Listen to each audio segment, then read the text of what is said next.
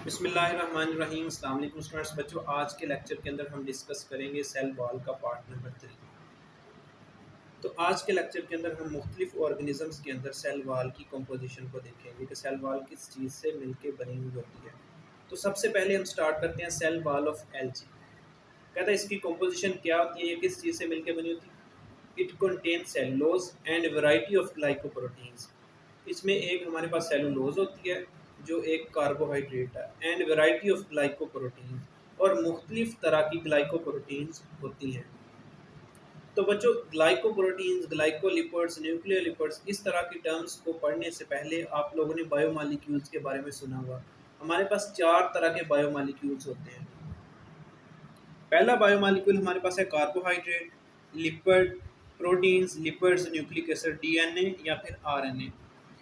तो बच्चों, जब ये कार्बोहाइड्रेट प्रोटीन के साथ मिलता है, ये कार्बोहाइड्रेट लिपिड के साथ मिलता है, ये कार्बोहाइड्रेट न्यूक्लिक एसिड के साथ मिलता है, या फिर ये प्रोटीन इस लिपिड के साथ मिलता है, तो ये मिलके एक न्यू मॉलिक्यूल बनाते हैं। इनके मिलने से जो मॉलिक्यूल बनता है उसको हम कहते हैं कॉन्जुगेटेड मॉलिक्यूल। तो अब हम कॉन्जुगेटेड मॉलिक्यूल को डिफाइन करते हैं और इसको समझते हैं। देखें, the molecules which are formed by the combination of different categories. ऐसे मालिक्यूल जो मुख्तलिफ कैटेगरी के बायोमालिक्यूल्स के कॉम्बिनेशन से बनते हैं उसको हम कहते हैं कॉन्जुगेटेड मालिक्यूल। फॉर एग्जांपल, हमारे पास कार्बोहाइड्रेट अगर लिपिड के साथ मिलेगा तो ये मिलके बनाते हैं ग्लाइकोलिपिड्स। ग्लाइको का वर्ड इस्तेमाल होता है कार्बोहाइड्रेट के लिए, लिपो का वर्ड इस्तेमाल होता है लिपिड के लिए, और प्रोटीन के लिए हम प्रोटीन ही इस्तेमाल करते हैं। कार्बोहाइड्रेट और लिपिड मिलेगा तो ग्लाइकोलिपिड्स, कार्बोहाइड्रेट और प्रोटीन मिलेगा ग्लाइकोप्रोटीन्स, लिपिड और प्रोटीन मिलेगा तो लिपोप्रोटीन्स, न्यूक्लिक एसिड और प्रोटीन मिलते हैं तो बनता है न्यूक्लियोप्रोटीन्स। तो यहाँ पे लिखा हुआ है इट कंटेन सेलुलोज, एक सेलुलोज, और वैरायटी ऑफ ग्लाइकोप्रोटीन्स, मतलब कार्बोहाइड्रेट और प्रोटीन के मिलने से जो न्यू मॉलिक्यूल बनता है, इस तरह के मॉलिक्यूल से मिलके ये बने हुए होते हैं। इसके बाद बच्चों हम डिस्कस करेंगे डायटोम्स। कहता था ग्रुप ऑफ एल्गी कॉल्ड डायटोम्स। हमारे पास एल्गी का एक स्पेसिफिक ग्रुप होता है, एक खास ग्रुप होता है जिसको हम कहते हैं डायटोम्स।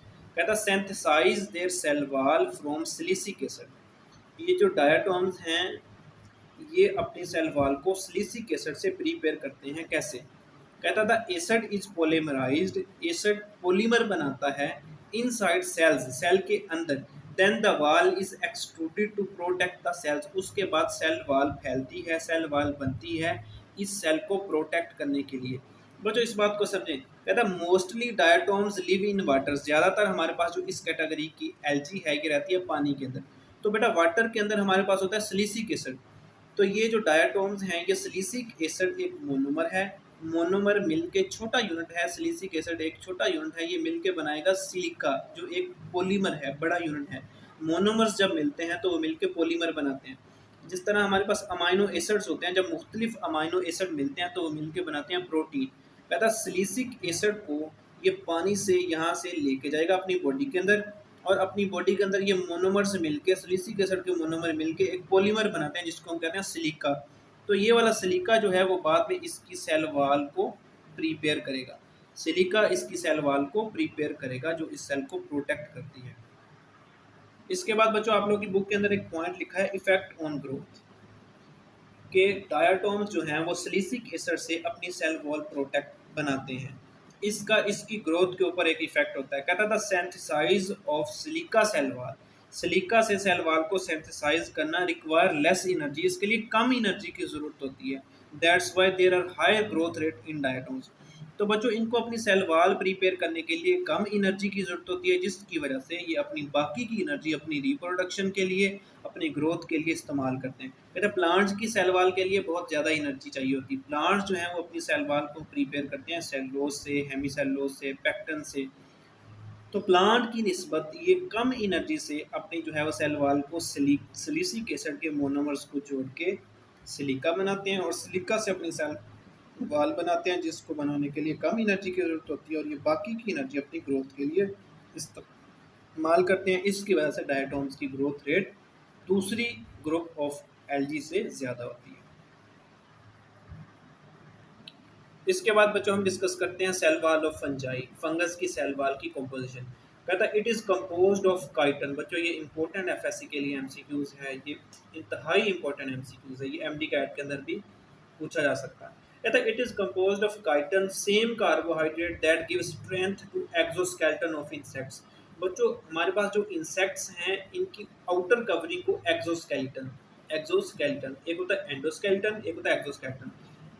वो जो एक्सोस्केलेटन है वो भी एक कार्बोहाइड्रेट से मिलकर बनाता है काइटन। काइटन अब दो काम करता है, एक तो हमारे पास जो है सेल वॉल ऑफ फंजाई को बनाता है, दूसरा ये इंसेक्ट्स की एक्सोस्केलेटन को प्रिपेयर करता है। कहता है cell wall of fungi is very hard due to the presence of chitin. बच्चों जो काइटन है ये एक कॉम्प्लेक्स कार्बोहाइड्रेट है, कॉम्प्लेक्स चीज़ हमेशा सख्त होती है, तो जब सख्त चीज़ मिलती है तो वो मिलके भी एक जो न्यू चीज़ बनती है वो भी एक हार्ड चीज़ होती है। तो cell wall of fungi chitin से बनी होती है, काइटन हार्ड होती है जिसकी वजह से सेल वॉल भी जो है वो हार्ड होती है।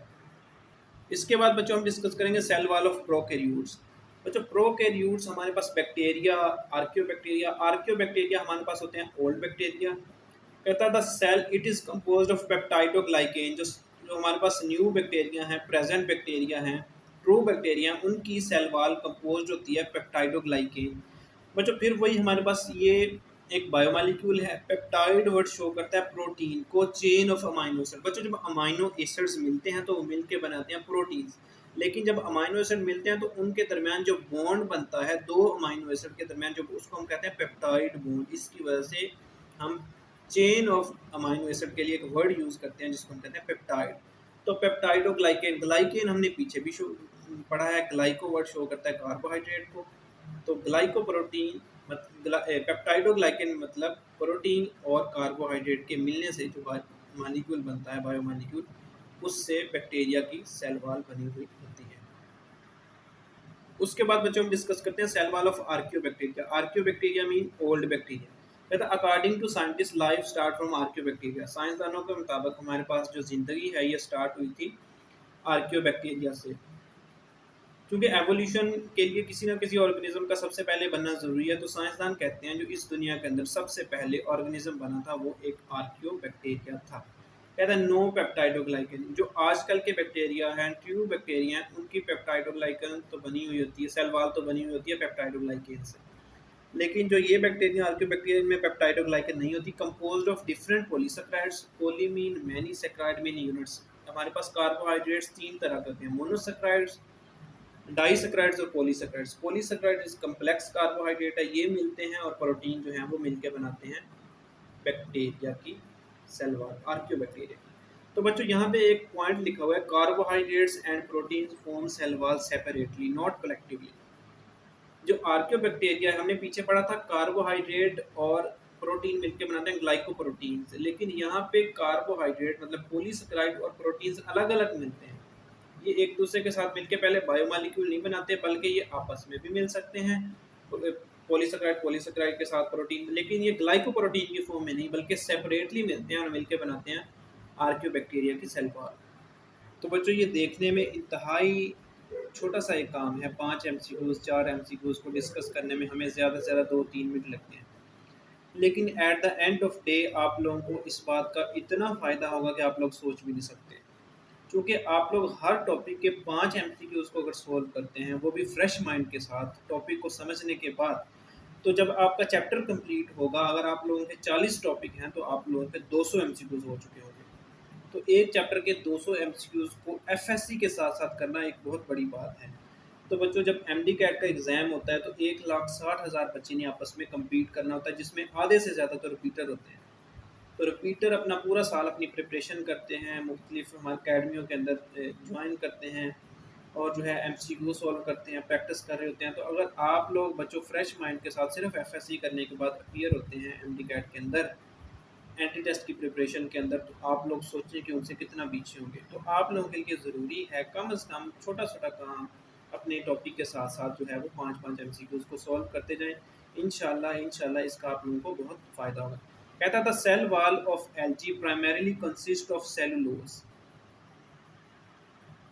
एल्गी की जो सेल वॉल है ये ज़्यादातर सेलुलोज से, along with which category of biomolecule. तो बच्चों अगर आप लोगों को इस टॉपिक की समझ आई है, अगर आप लोगों ने फोकस के साथ इस टॉपिक को पढ़ा है, तो इस बात का, इस क्वेश्चन का आंसर दें। एक तो हमारे पास सेलुलोज होती है, दूसरा उसके साथ कौन सा बायोमॉलिक्यूल होता है। तो बच्चों हमने सबसे पहली लाइन जो डिस्कस की थी वो हमने डिस्कस किया था कि ग्लाइकोप्रोटीन्स, एक हमारे पास होती है सेलुलोज और दूसरी ग्लाइकोप्रोटीन्स मिलके बनाती हैं सेल वॉल ऑफ एल्गी। तो बच्चों एमसीक्यूज नंबर 2 कहता है which of the following structural feature correctly separate archaebacteria from the true bacteria. तो बच्चों हमने दो डिस्कस बातें की थी, एक तो आर्कीबैक्टीरिया के अंदर हमारे पास पेप्टाइडोग्लाइकेन नहीं होती, दूसरा आर्कीबैक्टीरिया जो होते हैं इनके अंदर बायोमॉलिक्यूल्स नहीं होते, इनकी जो है वो सेल वॉल वो मुख्तलिफ कार्बोहाइड्रेट पॉलीसेकेराइड्स और प्रोटीन से मिलके बनी होती है, सेपरेटली, कलेक्टिवली नहीं, बायोमॉलिक्यूल की फॉर्म में नहीं बल्कि डिफरेंटली। तो कहता Archie bacteria have thick peptide, पहली बात तो आर्की बैक्टीरिया में पेप्टाइडोग्लाइकन होती नहीं है, दूसरी आर्की बैक्टीरिया लेक पेप्टाइडोग्लाइकन, ये बात ठीक है कि इसमें पेप्टाइडोग्लाइकन नहीं होती, and process cell wall made of separate polysaccharides and protein units. तो ये 99% एमसीक्यूज का आंसर ठीक है, लेकिन आप लोगों ने सारे के सारे ऑप्शन को पढ़ना है। कहता archaebacteria cell wall are exclusively made of silicic acid, archaebacteria cell wall और exclusively made of silicic acid. तो बच्चों हमने डिस्कस किया कि डायटोम्स की सेल वॉल होती है जिसमें सिलिसिक एसिड से सिलिका बनता है और वो जो है वो सेल वॉल बनाता है, तो ये आंसर भी गलत है। तो archaebacteria have cell wall made of chitin, तो ये होती है फंगस की सेल वॉल, तो इसमें ऑप्शन नंबर 2 हमारे पास करेक्ट है। इसके बाद बच्चों हम डिस्कस करते हैं एमसीक्यूज नंबर 3, कहता है chitin provide structural hardness to the fungal cell wall which other biological role is composed of the same carbohydrate, sorry which other biological molecule। कहता है कि एक तो काइटन जो है हमारे पास स्ट्रक्चर बनाता है उसकी फंगल की सेल वॉल को, दूसरा इसके अलावा ये कौन सी चीज बनाता है, बैक्टीरियल सेल वॉल। तो बैक्टीरिया की सेल वॉल जो है वो पेप्टाइडोग्लाइकन से मिलकर बनी हुई होती है। दूसरा हमारे पास आ गया एक्सोस्केलेटन ऑफ इंसेक्ट्स, तो ये बात हमने पढ़ी थी कि इंसेक्ट्स की एक्सोस्केलेटन भी जो है वो मिलके बनी हुई होती है काइटन से, प्लांट सेल वॉल सेलुलोज से, डायटोम सेल वॉल सिलिका से। तो ये वाला एमसीक्यू हमारे पास इसका आंसर है। तो इसके बाद बच्चों एमसीक्यूज नंबर 4 कहता है peptidoglycan found in prokaryote cell wall is composed of. कहता है जो प्रोकैरियोटिक सेल वॉल होती है उसमें जो पेप्टाइडोग्लाइकन है ये किस चीज़ से मिलके बनी होती है। बच्चों पेप्टाइड का मतलब protein, chain of amino acids, glycan का मतलब कार्बोहाइड्रेट। तो कहता है लिपिड, लिपिड तो है ही नहीं इसमें, लिपिड के लिए लिपो का वर्ड होगा तो इसको कैंसिल करेंगे। पॉलीमेराइज्ड सिलिसिक, सिलिका को तो वर्ड है ही इसमें। अमाइनो एसिड चेन, ठीक है, पेप्टाइड अमाइनो एसिड की chain combined with saccharide, saccharide sugar, carbohydrate, monosaccharide, disaccharide, polysaccharide, ये तमाम के तमाम वर्ड कार्बोहाइड्रेट के लिए इस्तेमाल होते हैं और इसके लिए एक वर्ड होता है ग्लाइको, ग्लाइकेन या ग्लाइको। तो ये वाला हमारे पास ठीक है, लेकिन आखिर भी पढ़ेंगे monosaccharide link to nucleic acid, तो न्यूक्लिक एसिड का वर्ड भी न्यूक्लिक एसिड के लिए न्यूक्लियो का वर्ड होना जरूरी है। तो इसमें amino acid chain combined with saccharide chain. तो बच्चों ये था आज का हमारा टॉपिक। उम्मीद करता हूँ कि आप लोगों को एक एक वर्ड की समझ आई होगी। अगर आप लोगों को किसी वर्ड की समझ नहीं आई तो आप लोग जो है वो कमेंट सेक्शन में कमेंट करके पूछ सकते हैं। तो इसके बाद बच्चों सबसे इम्पोर्टेंट, मोस्ट कंसेप्चुअल, बहुत ही इम्पोर्टेंट हम टॉपिक को डिस्कस करेंगे जो है हमारे पास सेल मेम्ब्रेन का। तो आज के लिए इतना ही, मिलेंगे इंशाल्लाह नेक्स्ट वीडियो के अंदर। अल्लाह हाफ़िज़।